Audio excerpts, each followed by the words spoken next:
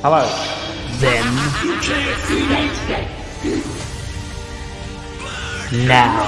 Bow down to the queens. Episode number 500. Forever.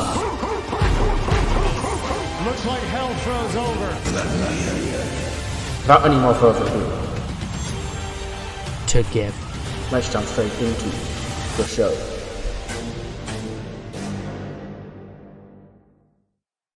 Hello. Welcome to episode number, I think it's 193 of the TEW IX Challenge Run. We're here for Monday Night Raw for the 4th of August, 2025. We're on the road to SummerSlam. We're on the penultimate show. We're only 12 days away from SummerSlam, I believe. Last week we had a cliffhanger ending to Raw. John Cena was going to come out and announce his retirement. Edge popped up. We were in Toronto. It was a whole thing. Gave him a pep talk, slapped him in the face, and said, "Don't you fucking dare retire," basically. And John Cena walked out, and we didn't get a response for what his actual thought process now is. So we have to hope that Edge's message got through to him. And tonight, we continue the build to SummerSlam. We do find out who will wrestle for the Intercontinental Women's Championship on the show. Triple threat match takes place tonight. Charlotte, Dakota, and Tegan Nox. The winner will face Tiffany Stratton at SummerSlam. Roman Reigns is here to kick off the show. He'll call out Bronson Steiner. CM Punk vows to call out Shawn Michaels. And in the main event, Chad Gable, the undisputed WWE champion, fresh off his victory at King of the Ring, as he was promised by General Manager Bobby Roode, receives what he's calling the gold medal of professional wrestling. We're here in Pittsburgh, Pennsylvania. Kurt Angle is in the house, and that's why Chad Gable is chosen tonight. So without any more further ado, let's jump straight into the show. We kick off the night with a cold open of Kathy Kelly. She's outside the arena. And she says, "Ladies and gentlemen, I've been stood out here for the past, hour or so since the WWE Raw superstar started arriving here at Pittsburgh." Of course, John Cena, he was supposed to make an appearance tonight in Pittsburgh as part of his retirement tour. But we haven't seen him, if you'll pardon the pun, at all since the end of last week's episode of Monday Night Raw, where he walked off in Toronto and he said he was going to retire. And as it currently stands, John Cena has not showed up, and we may have to continue moving forward knowing that last week could have been the last night of the greatest of all time. So yeah, John Cena hasn't been seen, get your jokes in, since last week.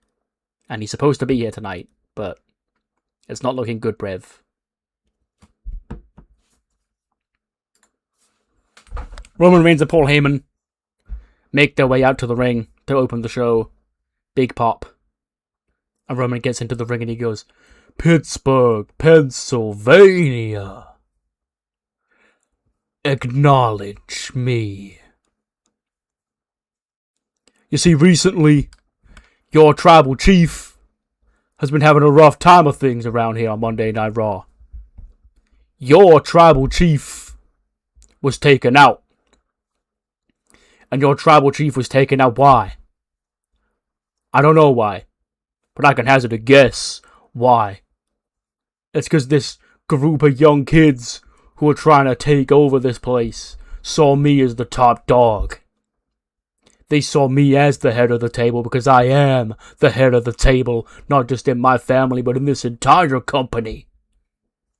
And that led to a little dog, a little puppy, like Bronson Steiner, thinking he can get away, trying to break me in half with my own move. He thought he could spear your tribal chief. Now, Bronson Steiner, look at you. A rising big dog here in the industry, second generation superstar, ripping people in half with a devastating spear. I know who you are, Bronson Steiner. You're trying to be me. And Bronson Steiner, you may have that briefcase in your hands that tells these people that you're a future world champion. But you know what I had that told people I was a future world champion? I had charisma. I had aura. I had all the in-ring talent in this ring to make people know when they saw the tribal chief step into the arena that guy's gonna be somebody. Not because I got told I was gonna be somebody. Hell, they tried to tell me I was gonna be somebody, and then these people said, nah, he ain't gonna be anybody. So I had to go out and I made myself somebody. And now all these people here in this company watching around the world, they all stand in unison and acknowledge me. But you, Bronson Steiner, you're all bark and you're no bite. Cause you were yapping and you were barking, bark, bark, bark, like you do like a little bitch when I wasn't here. But when I show up, what do, Bronson? You throw Ethan Page at me? You made me waste my time with Ethan Page. You made the tribal chief wrestle Ethan Page at King of the Ring instead of doing your damn business and showing up and going face to face with the man who you put out. So, Bronson Steiner, you want to be the big dog around here? That's fine. Bring your ass out here right now and we'll see if you've got what it can take to hang face to face with the big dog that's run this yard for 12 goddamn years. Bronson starts, music hits, he comes out. And he goes, Roman, nice to hear you're fighting back. I haven't heard from you for a long ass time since I put your ass on the shelf for months, giving you that vacation that I know you were yearning for. Here's the deal, Reigns. Part of what you said is correct. There is part of me that is similar to you, but there's a lot of differences between you and I. And I'm not here to coexist with the tribal chief. I'm damn sure not here to acknowledge the tribal chief. I'm here to replace the tribal chief. So, Roman, you want to call me a coward, huh? You want to say I'm ducking you? Because last time I checked, the only person around here taking needless months off from this show is you. I'm here every single week. You know where to find me, but you didn't for 3 months, Roman. And you're going to blame injuries, and I'm sure my spear did put a hurting on you, Roman, but I think you were scared to get back into me because you know I'm also here to replace you, and you can't face that. You know, if we was to go one-on-one, you wouldn't have a 50-50 chance of winning. You'd have a 25% chance of winning.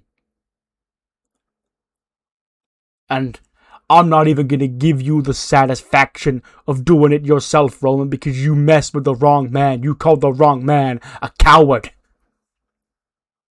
You enraged the wrong hothead. SummerSlam. I'm free. You're free. Let's see who really is the big dog around these parts. And then Heyman takes the mic.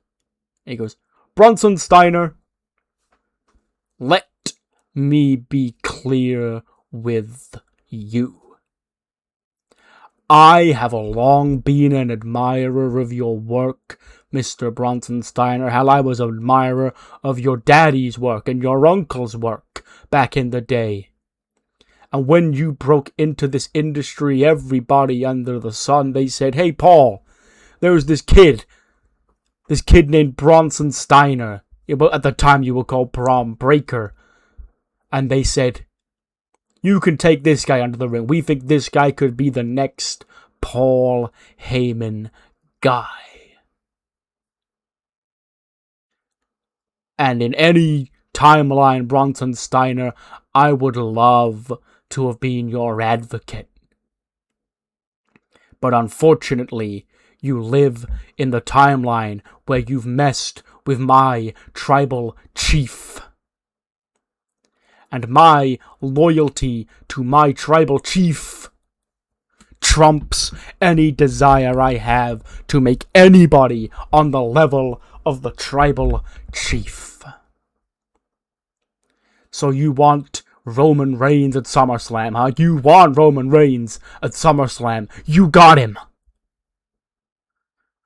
But let's make one thing perfectly clear. Bronson Steiner, at SummerSlam, we're gonna learn, one way or another, just who is the big dog around these parts.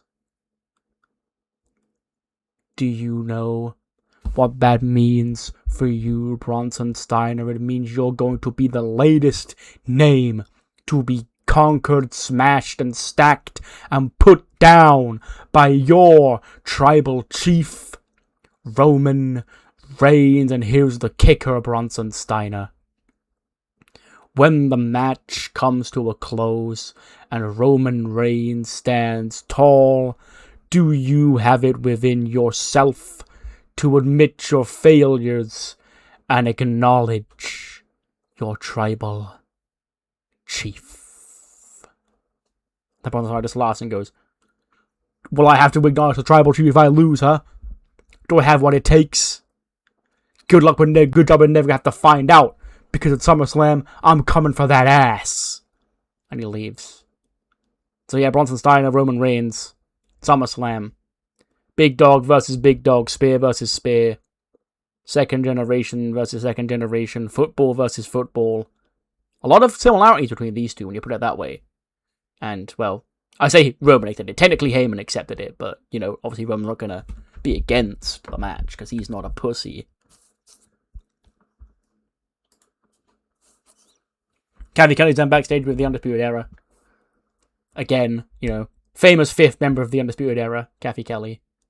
And she goes, Cole, there's been a lot of conversation over the past week about SummerSlam and you and your status at SummerSlam because you are going to be in a United States Championship match against the ruler, Oba Femi.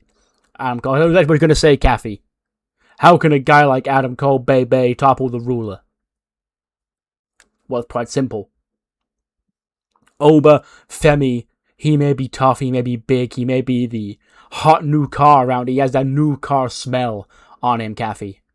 He's the guy everybody looks at and says, this guy's the future of this industry. Well, guess what? I had that 4 or 5 years ago. Everybody looked at Adam Cole, they're in the Undisputed Era. What the Nexus are now, that's what we were doing well before the Nexus ever existed. And sure, Oba, he may have the size on his side. But we've been shocking the system and defying the odds and taking down bigger threat after bigger threat after bigger threat for a long-ass time. Oba Femi is the prototype of what this company looks for in its future stars, Kathy. Because guys like us, we were never supposed to make it. The Undisputed Era, we were never supposed to shock the system. That's why we said shock the system. But the Nexus guys, they come out here trying to talk about trying to shock the system. But in many ways, they are the system. So at SummerSlam, Adam Cole, he may have reached the mountaintop on ECW. But here on Monday Night Raw, I'm looking to climb it all over again. And it starts with Oba Femi, the most undefeatable man here on Monday Night Raw today. Never been pinned. Until SummerSlam, when we remind the world the black and gold runs through these veins, and that we are the disruptors, we are the undisputed future, and we are the top group here on Monday Night Raw. We are the inspiration for the Nexus, and we are the Undisputed Era. Boom. 85 raid match. ZSJ and Damian Priest have pretty good chemistry. ZSJ picks up the win. He rolls him up. I say rolls him up, but like it's just a Zack Sabre Jr. cradle. Like it's a clean pin. It's not like a natural just like roll up. But yeah, ZSJ picks up the win over Damian Priest. Priest's having a bit of a rough time. You know, he's been the messenger for Seth and Cody lately. Like, basically, found himself in between both. When those two men weren't speaking, he was the messenger between both of them, and it's sort of, like, taken its damage on his own career. And he comes up short here against ZSJ. ZSJ with a nice win. He gets an 89 and 84 for Damian Priest. And yeah, nice win for ZSJ here on Raw. And then cut backstage, we see Tegan. She's... Imagine the shot is like she's putting her knee brace and shit on, like getting ready for the match. And then, Dakota, should we see her like put her leg into frame and she's also doing her knee brace up. And like we linger on the shot of these two women with their fucked up knees. And Tegan goes, and Dakota goes, Charlotte, I wrestled her last year, World Championship match on pay-per-view in my home country. She's tough.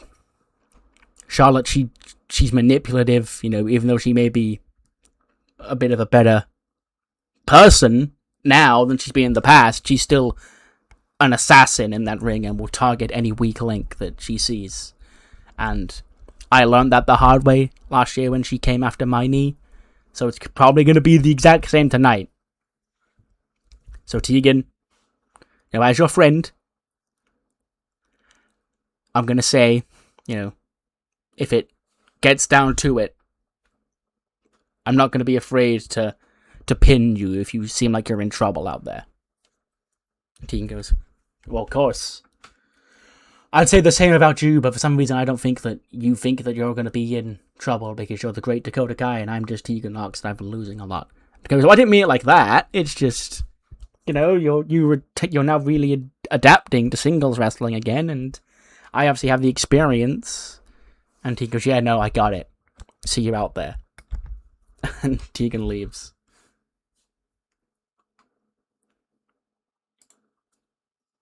They're going to sit down interview. Joe Tess is with Bianca and Lyra. It's a pre-tape thing, like, in the back. And he says, ladies and gentlemen, we are just 12 nights away from the Women's World Championship match at SummerSlam, where the Queen of the Ring winner, Lyra Valkyria, gets what I believe is her first ever World Championship match against Bianca Belair. Unless, like, Becky threw her in one as a joke last year, I can't remember. And he goes, ladies, SummerSlam is going to be a big night. Two of the very best here on Monday Night Raw right now, going at it for the World Championship. The floor is yours, take it away. And Lyra goes, I'd love to. Bianca, I've been watching you firsthand since WrestleMania. Since the formation of the Nexus, this whole thing was all about championship glory, and I thought we could get that in Bayley. I'd love to sit here and say that, what Bayley did at Evolution was a surprise, because it wasn't, but I did also truly think that I had Bayley's best interests in heart. But this isn't about Bayley anymore, because now the championship is going to come where it was always going to come after SummerSlam, and that's home with me. Bianca, you have reached the mountaintop time and time again in this company. Look at you. You've won the Royal Rumble. You've main evented WrestleMania. You've been champion how many times now? You're a made woman. And in many ways, you had the red carpet rolled out for you. You were what everybody says when they say, look at the success of the WWE Performance Center. They say, look at Bianca Belair. You came up here, you took the world by storm, you won championships, you won the Royal Rumble in your first year. Main evented WrestleMania a year after your debut. Some of us didn't have it that easy, okay? Some of us have been overlooked our entire career, wondering every time we get that phone call from this company, it's not going to be saying, hey, you're going to main event WrestleMania, Bianca, congratulations. It's going to be saying, hey, best of luck in your future endeavors. Because that could have come any day to someone like me. But I scratched and I clawed my way to the top, and I had to stab a couple of people in the back to do it. Took situations that were advantageous to my career, eat shit constantly for a year, because being attached to one of the greatest women's wrestlers this division's ever produced would be beneficial for my career, only to never even have my name in the record books when I win championships, only to never even be acknowledged under my name. Hell, when I debuted, 4 years ago, I was doing stuff with anime stuff. Okay? 2 years ago at SummerSlam, myself and Kelly, we were your 4th and 5th members on that team. That was just 2 years ago.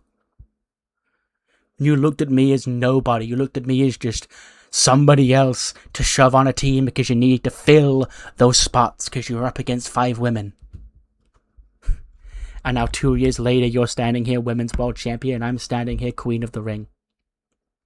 It's been two very different roads to get to this destination, Bianca, but the destination always remains the same. That Women's World Championship. Because if you don't want that Women's World Championship, then what the hell are you doing this for? Everything in my career has led me to this moment. For the very first time, Lyra Valkyria walks into a Women's World Championship match at a big pay-per-view like SummerSlam. To you, this is just another big pay-per-view. This is Bianca in another big match at a Big 4 pay-per-view. To me, this is everything. But this isn't about me. I put my personal ideals aside once before. I'm prepared to do it again because this isn't just about me. This is about the future of this industry. Because for far too long, people have been holding down the young, upcoming talent. And that's what the Nexus is all about. That's what Bronson Steiner with that Money in the Bank is all about. That's what Oba and Carmelo and Trick are all about. And at SummerSlam, Lyra, don't feel bad about it. Don't feel guilty about it. Be thankful. Be thankful that your name will actually be remembered as part of this new generation. Not for what you already did in the past, but for what you did at SummerSlam when you anointed in the new era of women's wrestling in WWE. And you and those horsewomen and everybody that came before us will fade into the darkness while we rise to the top. I rise to the top. Lyra Valkyria, the Raven Queen, rises out of the shadows and into the light at the very top of the women's division. After years of being told she was just a good hand, of years of being disrespected by her peers, her heroes, eating shit after shit after shit.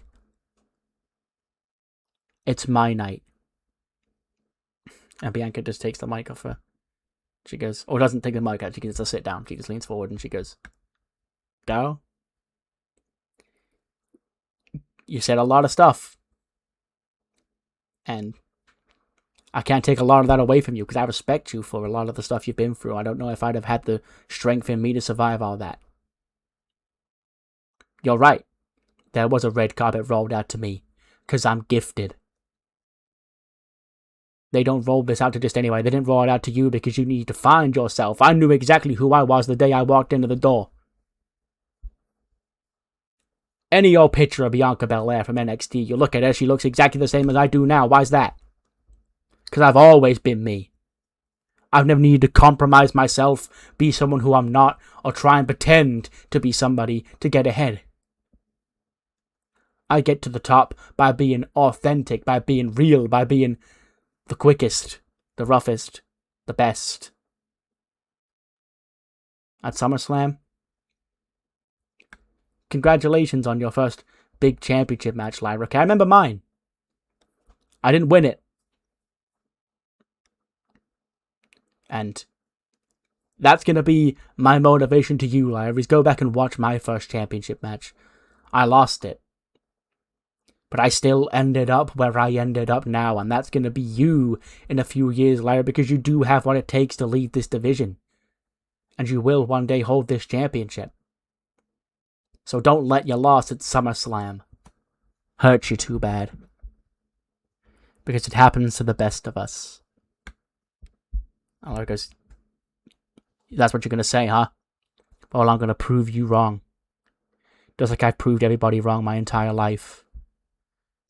It's time for change. It's time for me to rise.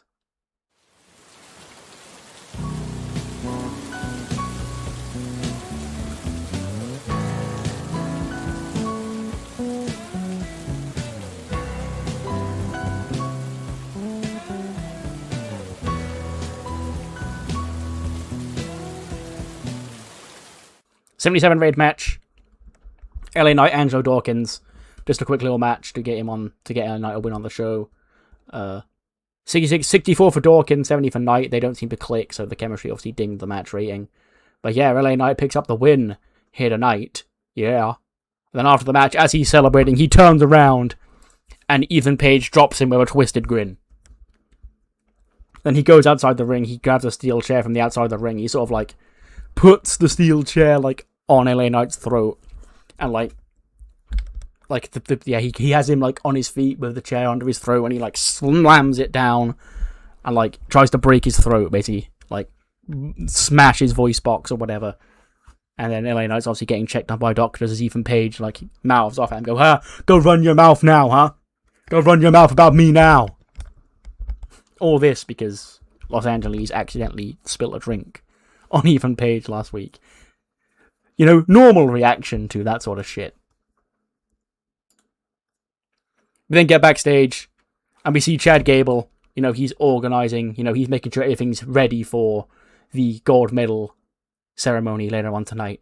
When Kathy Kelly walks up to him and goes, Chad, what's all this going on? He goes, Kathy, I'm glad you're here. I'm glad you're the woman on tap to report history tonight. Because I'm getting everything ready for tonight to officially anoint Chad Gable the first ever gold medal professional wrestler in the history of the sport. After my victory at King of the Ring, it was only certain that Chad Gable is the greatest to ever do it, Kathy. And Kathy goes, well, I want to talk to you about SummerSlam. You know, SummerSlam's coming up and you are the undisputed WWE champion and we don't currently have a contender for your change. He goes, I know, Kathy, I know. I'm a generous guy. I am giving to my people, especially on my night. Something Kurt Angle would never do. So this, he like has a contract in his hand. And he goes, this is an open contract. For anybody who thinks that they've got what it takes to face me at SummerSlam for the WWE Championship.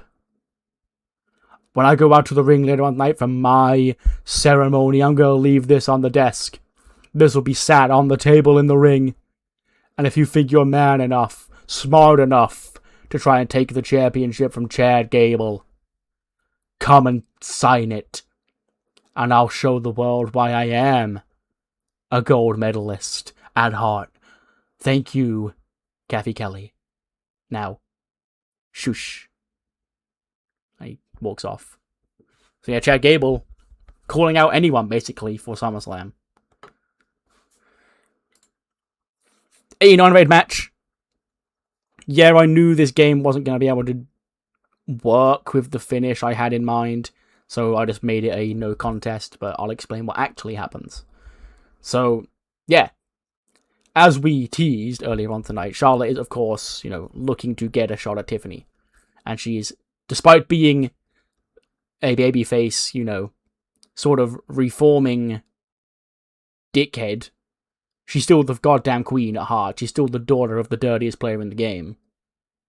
And will take any, well, not shortcuts, because, it's not really a shortcut, but any advantage she may find, she'll take advantage of. And that is, of course, the bad knees of both Tegan and Dakota. But Dakota has the experience working Charlotte, and even tapped her out in New Zealand last year. So she's like, she knows how to counter Charlotte's shit. But Tegan is a little bit less experienced in the game of wrestling Charlotte Flair. So when Charlotte locks in the figure eight on Tegan, we see Tegan writhing in pain, and it looks like she's about to tap out. And then as Charlotte still has Tegan in the figure eight, Dakota throws herself over the top of Tegan. 1, 2, and then as she gets the free, Tegan taps out. on Charlotte's leg, so Charlotte thinks that she's got the submission win. And, one referee raises Charlotte's hand, the other comes in and raises Dakota's hand. And it's a big, confusing situation. Tiffany Strand comes out and is like, what the fuck? Okay, well, there's technically no winner. So, yeah. And then, Bobby Roode, because we don't have the Raw GM for the women here yet, he comes out, and he says, well, the way I see it is we can't afford to waste any time here. SummerSlam is next Saturday, next Sunday, and we need a match for our Intercontinental Championship on that show. I'm sure, Tiffany, you'd love to be a part of your first SummerSlam. So, we're going to declare both Charlotte and Dakota Kai the winners of this match, and you will defend the WWE Women's Intercontinental Championship against both women in a triple threat match at SummerSlam. Yeah. Another contrived finish. This is why I don't like multi-mans. I had this rant before WrestleMania. In real life. Because part of what makes the real life build to WrestleMania so bad, every year, is that there's always these fucking random TV matches that have these fucking dogshit DQ finishes to set up contrived multi-man matches for WrestleMania. And, having to skirt around... I've had to skirt around a few, recently. I had to do the King of the Ring draw. I had to do the one with Shantae and Kathy on ECW. I had to do... There was definitely another one. And, trying to skirt around to get triple threat matches made. Naturally, if I'm doing a storyline that has 3 people in it, where the natural story is a triple threat match, I don't mind that. That's fine. Some of my greatest stories have been that. But, contrived, thrown together multi-mans like this one, where I wanted to also have Charlotte and Dakota both on the show. What can you do? But yes, it is a triple threat match. Both women defeated Tegan Nox. And Tiffany Strand will defend the Intercontinental Championship at SummerSlam against both Dakota Kai and Charlotte Flair. And then cut to Thea Hale backstage. She goes up to Alexa. Alexa's, she's in there getting ready. She's got a match later on tonight. And Thea goes, hey Alexa, can I chat with you for a sec? She goes, what is it? She goes, it's about Liv. She goes, what about Liv? She goes, Liv, she's, are you sure about her? Alexa goes, not particularly, but, she's done right by us so far. She goes, yeah, well, last week, at Evolution, even. Oh, no, it was last week. She didn't attack her at Evolution. She goes, last week she attacked me after our loss, and then, sort of just ushered me to the back, as if nothing happened. And she goes, huh, that's weird. As someone who's been through something like that before in the past, let's keep an eye on her, okay? I don't think she's here tonight, so it'll be just you and I out there, and I promise I won't hurt you. And Thea goes, oh yeah, we'll see. I don't exactly trust. Not necessarily I don't trust you, it's that I trusted Liv, and then it ended like that. And let's go, yeah, I know, just come on. Thea, of course, terrified of Liv. Liv attacked her last week and sort of just laughed it off. Trouble, all that. And then cut to the ring. We get a video package for Sasha and Bayley, going over their history, mainly as a tag team, going over them becoming the first tag team champions, and as they look to become champions once again at SummerSlam. And that's when Cora and Roxy come to the ring after that. And Cora goes, wow, that video package, it's so inspiring. The young girl inside me that was inspired by those 2 women, I want to look back at that video package and go, hell yeah, Sasha and Bayley, you get it done. But Sasha and especially Bayley over the past couple of years have proven what they are. Finished. Selfish. We've been wrestling for so long that our idols have become our rivals, and now we head into SummerSlam as the longest reigning women's tag team champions. And yes, Bayley's right. In many ways, these tag team championships that we hold, that we've made a career out of here on the WWE main roster so far, wouldn't exist without them. But every now and then it's time to change things up. It's time to shock up the system, if you pardon the pun. Wink wink at the other member of the Nexus feuding with the UE. And Sasha and Bayley. It was a great moment when you two first won these championships. But now it's 2025. We are the women's tag team champions. We're not just the future, we're the present of women's tag team wrestling, and we're more than capable of holding that torch that you dropped. And then Roxy takes over and goes, because when you were the first ever women's tag team champions, everybody remembers you being the women's tag team champions. They don't remember exactly what you did with these championships, because that's nothing.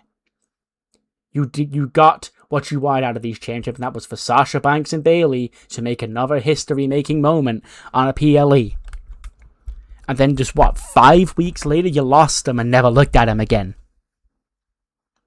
Because you got the championships, you had them on your resume, but it wasn't actually about elevating the women's division. It wasn't ever actually about making women's tag team wrestling a staple here in WWE. It was just to give you something else to add to your resume. And the second you lost your babies, you never even came back to see them. You never even tried to get them back. Because it was all about Bayley moving on to win Money in the Bank and becoming SmackDown Women's Champion. Or Sasha Banks taking her 5th of 8 unexpected absences. And then coming back and trying to become the champion again. Because it was always just about you two. Even together as a tag team. You couldn't put your egos aside at the door. Hell, last time you two were a tag team, Sasha stabbed you in the back. So at SummerSlam, what makes you think it's going to be any different? 5-6 years removed from when you brought these championships in, you're going back into the same stadium that you lost them in. But can I get you girls to make me a promise? This time, when you walk into MetLife Stadium and you lose the Women's Tag Team Championships, do you promise not to lay on the floor screaming and crying like little babies? Because maybe, just maybe, we're better than you. That's when Kelly and Billy come out, and they're in action next against Cora and Roxy. And yeah, some weird history between these teams. 82-way tag match. New Millennium do pick up the win. Roxy pinning Kelly with the Pop Rocks in 10:31. 56 for Billy Starks. 80 for Kelly Costa. 91 for Roxy. 84 for Cora Jade. So yeah, Cora and Roxy with a message back to Sasha and Bayley. And, next week I'm sure both teams will be in the building. So yeah, look forward to that one. We then see Christian backstage. And he's trying to get on the phone to Dominic. He goes, Dominic, you son of a bitch, you pick up right now. Okay? It's your dad, okay? And I don't know why you're not here, why you're not taking my phone calls, but, you pick up to me, you little brat. And then he puts the hands up, and then Rey Mysterio walks past. And he goes, what do you want, Rey? And he goes, having trouble getting in touch with Dom, huh? Christian goes, yeah. This is how you must have felt after all those years being a terrible deadbeat father to him. And he goes, well, Christian, I'll tell you what I want. It's pretty damn clear. I want my son back. Christian just laughs and goes, you want your son back? Well, too bad. Your son betrayed you. Your son doesn't want you back. Has he not made that perfectly clear that he'd rather be with me? And he goes, Christian, you're right in that Dominic made it pretty clear that he didn't want me a part of his life anymore. But I definitely don't remember him ever saying he'd rather be with you. And then Rey walks off and goes, well, shut up, Rey. You're a terrible father. I'm the real father. I'm the dad who stepped up, okay? Because you let him down. You.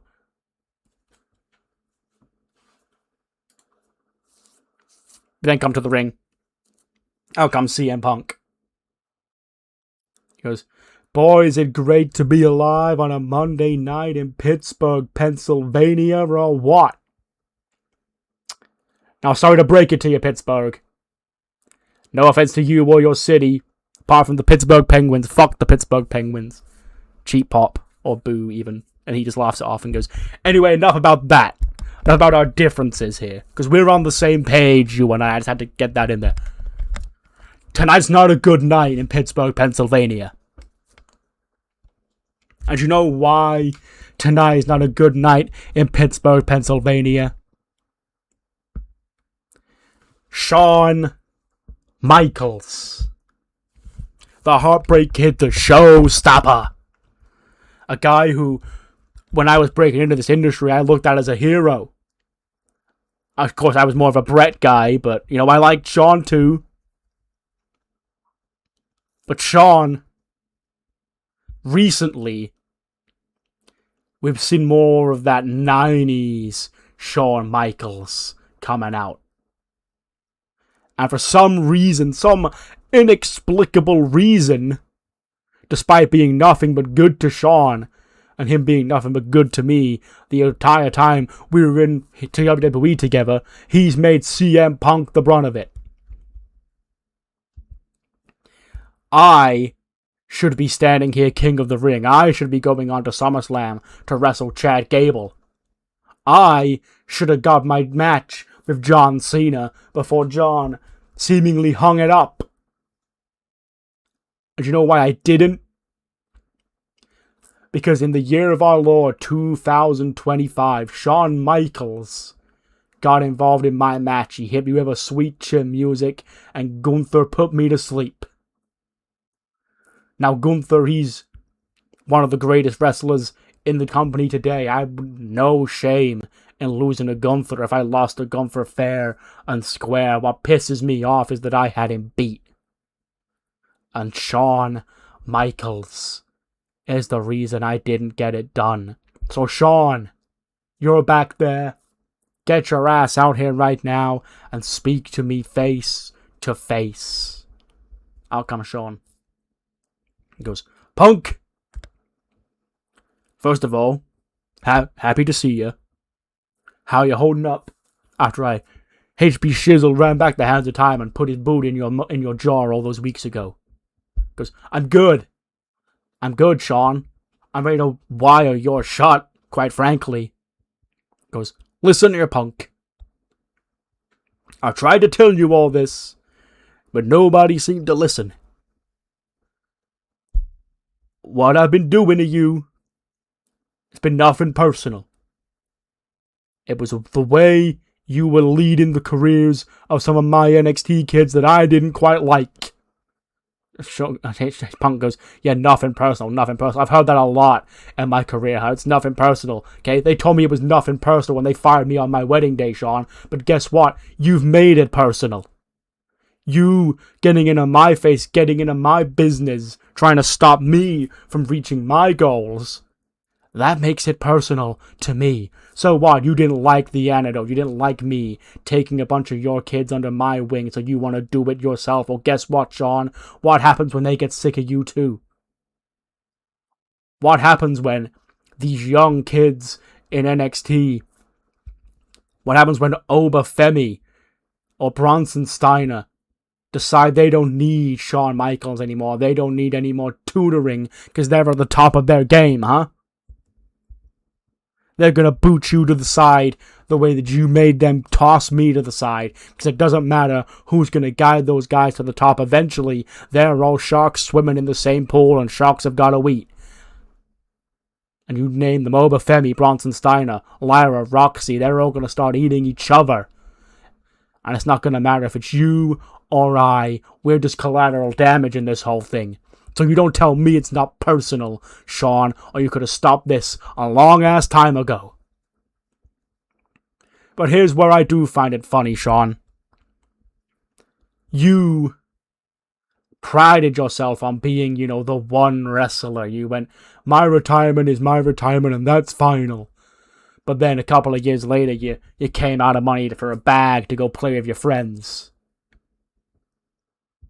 But yet, even though that you've made it clear that you don't actually want to get down and dirty and do business anymore, you're still getting involved in business.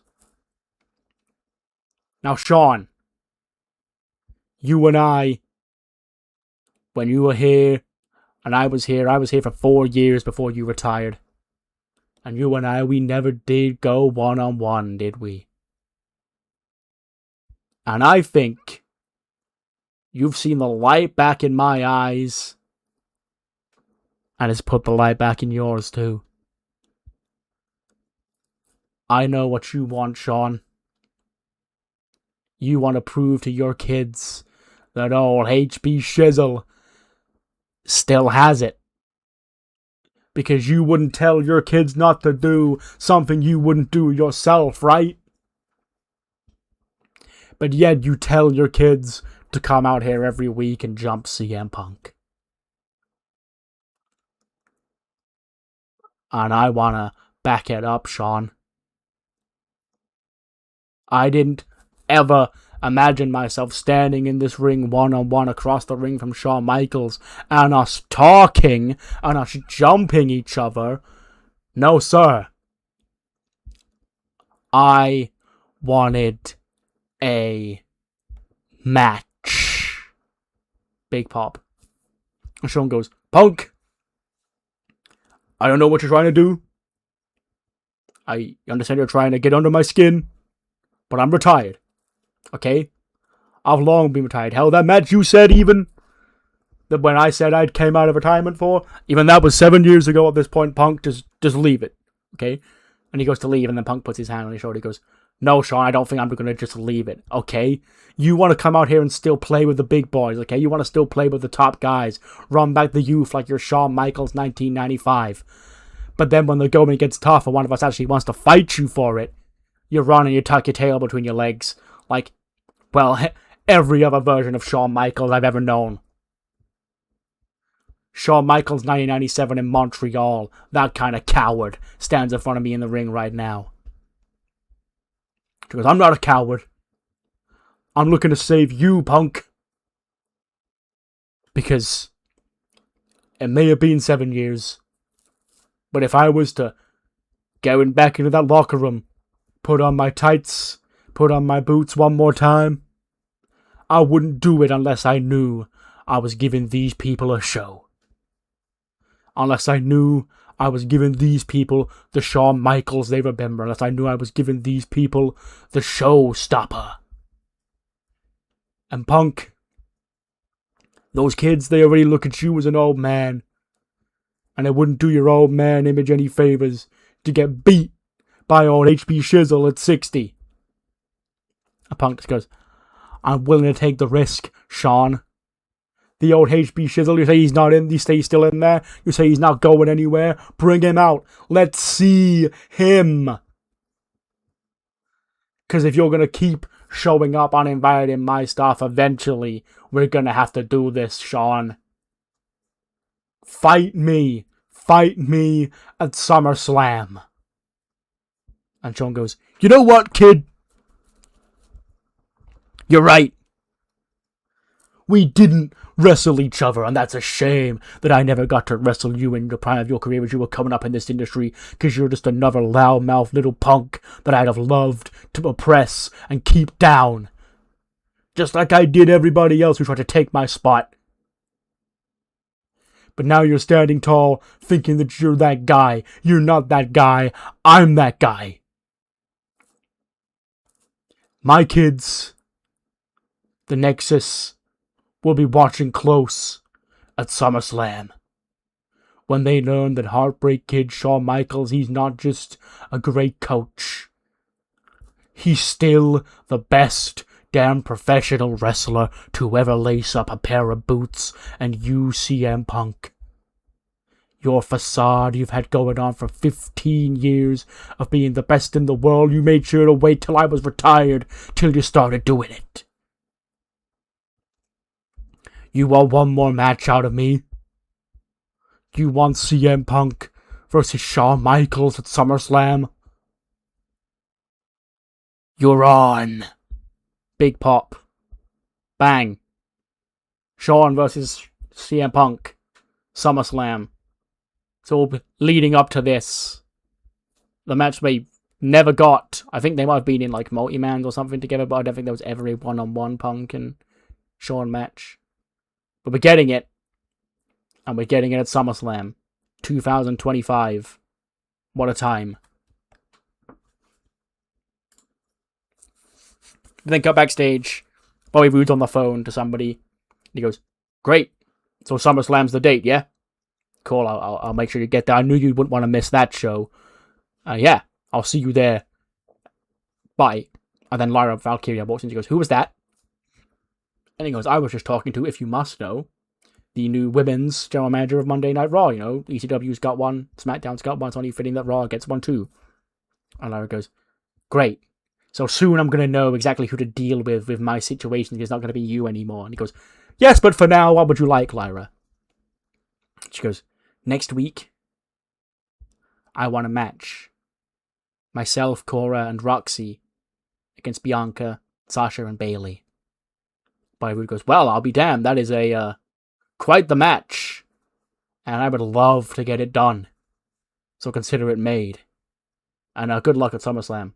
By the way, Lyra.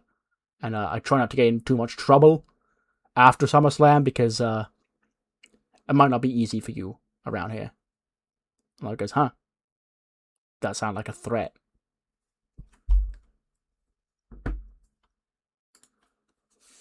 A-Raid match. Alexis gets a nice win over Morgan Daniels in 740 with an icebreaker. 84 for Alexa, 71 for Morgan. Yeah, Thea Hale is out there, and she leaves unharmed. Alexa, of course, looks after Thea, because Alexa is nice, I guess. We then cut backstage. Damian Priest is crashing out after his loss when Buddy Murphy walks in, and he tries to calm him down. He goes, I'm at the end of it all, okay? Everything I do around here, I get disrespected, okay? I spend all those times, Seth and Cody, they'll go on to SummerSlam now. That's because of me, okay?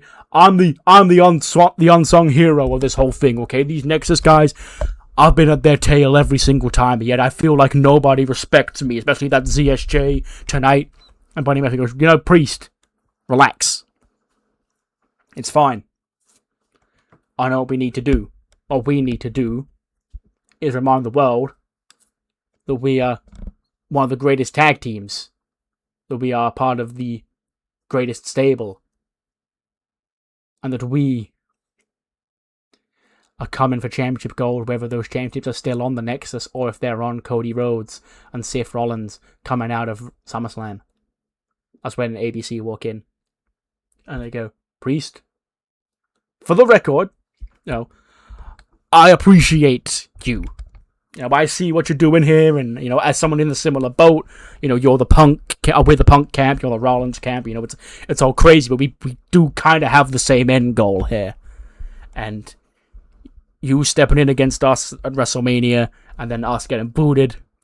You know, it's a whole thing. It's a whole difficult thing. And he goes, "What do you want?" He goes, "Well, we also want to step up and prove our worth in the tag team division. So how about next week, us two can go 2-on-2 with you two?" And Buddy Murphy goes, "Yeah, you know, sounds great. Let's do it." So yeah, the outsiders of the Nexus stuff, you know, they're on the outside looking in. They're like the Squidward meme. Priest and Buddy against Chris Bay and Ace Austin next week. 84 rated 6-man tag, sure. And this is actually our main event match of the night. It's Undisputed Era against the Nexus. The Nexus being represented by Mello, Trick, and Oba. And the Nexus do win because Oba's in there. So Oba Femi pins Roderick Strong with the fall from grace in 20 minutes and 8. 68 for Roddy, 79 for Kyle, 88 for Adam Cole, 80 for Trick, 94 for Mello, and 81 for Oba. Kyle was working through an injury, which is, I guess, part of the reason why the match got a bad rating. Well, not bad rating, but a slightly lower rating than I was hoping for. But yeah, Oba Femi stands tall. And then after the match, Cody Rhodes and Seth Rollins do rush out, and they take the fight to Trick and Mello. They take Trick and Mello down. And then, as they put clothesline them both out of the ring, they turn around. And Oba Femi's in the ring. He just starts beating his chest and screaming at them both. And Seth and Cody have to try and team up to try and take Oba down. Oba tries to fight them both off. Adam Cole gets in, he sort of jumps on Oba Femi's back. Cody flies off, disaster kicks, staggers Obafemi, he gets taken down with a Seth Rollins' big strong knee onto his knee, and then Adam Cole hits the not Panama Sunrise, the Shining Wizard. The boom, that one. He hits down Obafemi, he drops the big man. It took all three of these men, but Obafemi is finally taken off his feet. And then the Nexus belts, they're all spread on the floor, both the tag titles and the US title. Adam Cole lifts the US title up, and Seth and Cody, they hold the tag titles up. So yeah, finally, signs of weakness in Oba specifically as well, but also in the Nexus, heading into SummerSlam.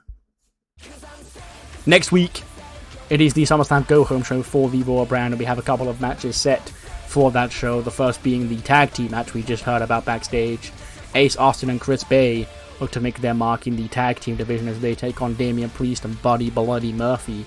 You know, the Antidote and the Church of Rollins in many ways, but also two former grand jury duos. I believe Priest was the one who brought Chris Austin and Ace Bay.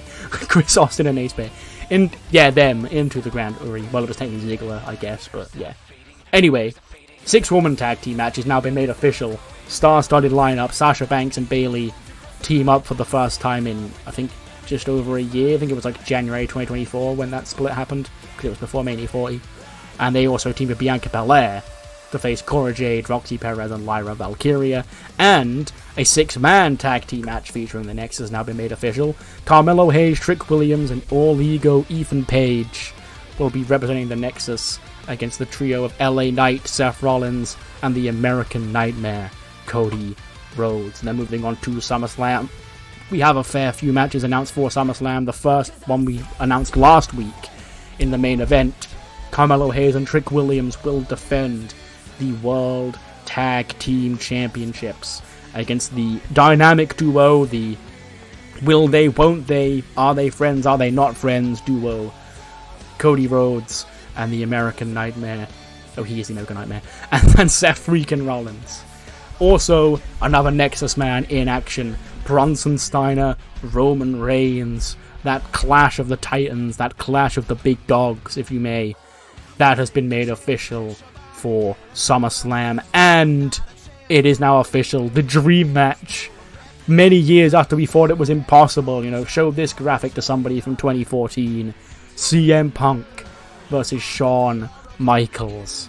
Finally gonna go one-on-one at SummerSlam. And it is now official. Triple threat match for the Women's Intercontinental Championship as the champion Tiffany Stratton will defend the championship against both Charlotte Flair and Dakota Kai. And now confirmed, it will be on the kickoff show for SummerSlam. LA Knight will get his revenge on Ethan Page after Ethan Page, tried to break his throat earlier on tonight. That is obviously if LA Knight can make it. But he is announced for a match next week. He just won't be able to talk, I guess. Chad Gable. He comes to the ring. He's got like a podium in the ring, one of those Olympic podiums. It's got the 3-2-1, gold, silver, bronze on it. And then he's got a table with the contract on it, the WWE Championships on it, and then a gold medal in a box, I guess. Or just a guy there to present him the medal as well, like in his hand. And then Kurt Angle comes out. And he takes a seat ringside for it. And Gable gets in the ring. He sort of like crosses past with Kurt as he makes his way down to the ring. Like just chuckling at him. And he goes, "Ladies and gentlemen of Pittsburgh, Pennsylvania, a real Olympic hero has finally arrived. You may now cheer." Boo. And he points at Kurt and he goes, "Is this your hero? This guy? Broken up shell of a man. Abuse issues coming out the ass. Broken neck the day he won that gold medal. That's your hero? Please. This is the guy you compared Chad Gable to after all those years." Now, at WrestleMania, I competed the greatest feat any wrestler has ever completed. I successfully planned, mapped, and executed the pitch-perfect plan to leave as WWE Champion, and everybody's realized the same thing over the last 4 months, that nobody can take the championship off me. I'm too smart. I'm too good. Seth Rollins, failed. Cody Rhodes, failed. LA Knight, failed. Everybody else, failed. Because I'm the best to ever do it. And in honor of Chad Gable being the greatest to ever do it, I would like to officially be presented with the professional wrestling gold medal. Do you know what that means? That means that nobody who's ever done professional wrestling has done it better than I have. And Kurt, I'm so lucky I could have you out here. What a moment it's gonna be. And then the guy, takes the medal out of the box, he shows it to Gable. And then he goes to, Gable goes, he stands on the top of the podium, he goes to lean over and get it put around his neck when he stops. He goes, whoa, whoa, whoa, whoa, stop. Who are you? And then he just sort of, shrugs his shoulders, he goes, no, this is unacceptable, okay? If I'm gonna be presented my gold medal of professional wrestling, I'm gonna be presented it right. Get out of my ring. And he goes, if only there was somebody nearby that was worthy enough to place a gold medal around Chad Gable's neck. He just turns to Kurt at ringside. He goes, whoa! Kurt, I didn't see you there. Why don't you come in this ring? Come on, Kurt, I'm not gonna attack you. And then Kurt, he gets into the ring. And then, Gable's on the top of the podium, and then Kurt, he has the medal. He goes, so you want me to put it on? He goes, yeah, do it, Kurt. And he, leans over, and he's, just out of reach of Kurt's arms. And he goes, oh, well, that's a shame.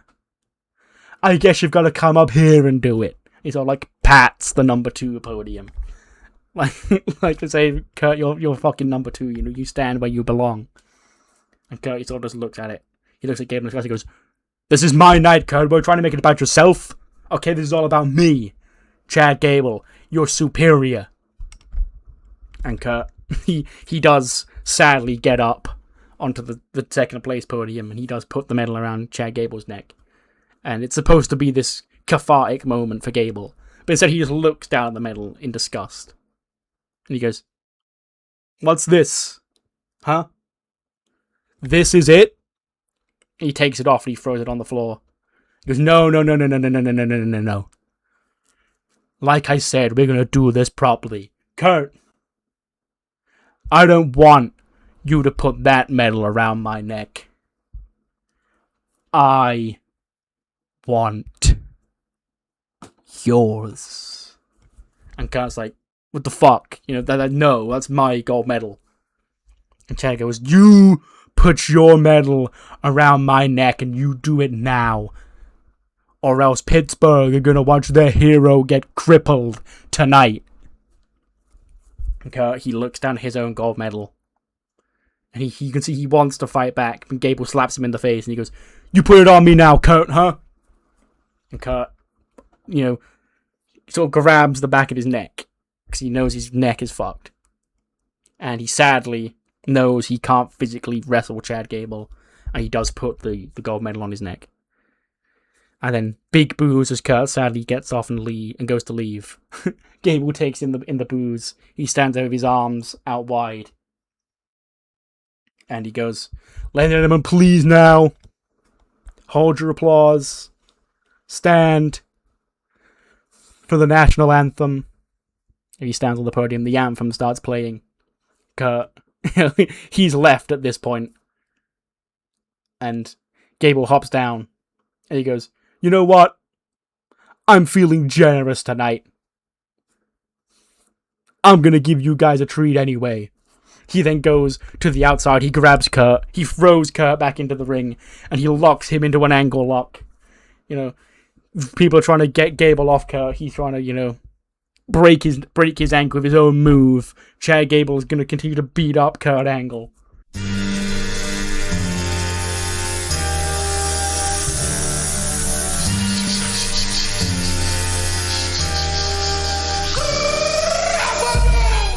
When out comes John Cena. He storms to the ring. And Chad Gable sort of he gets off Kurt as he sees Cena get into the ring. And he sort of just laughs at John Cena. He goes, hey, you're back. I thought you were retired. Well, I'm glad that Chad Gable ceremony could bring you out of retirement one last time, Jai. Now, get out of my ring. And then Gable shoves John Cena back. John Cena clotheslines Chad Gable. He falls to the floor. He picks up Gable. He AAs Chad Gable through the table. And he looks down at Chad Gable's carcass on the table. He helps Kurt Angle to his feet, a man he respects so much. You know, the man who he debuted with. He grabs the gold medal from around Chad Gable's neck. He gives it back to Kurt. And then Kurt, scurries out of the ring, watches on from the ramp. And John Cena turns back around. He looks at Chad Gable. And he sees the contract laying on Chad Gable's body. Cena slowly walks towards the contract. And the crowd's like going crazy, like chanting for him, going, Cena, Cena, Cena, Cena. He picks it up. And he signs his name on the dotted line. He slams the contract down on Chad Gable. Does "You Can't See Me." He glances over at the WWE Championship. But he doesn't pick it up. He doesn't want to touch that championship. Until he wins number 17. Which could now officially be at SummerSlam. Chad Gable defends the WWE Championship against John Cena.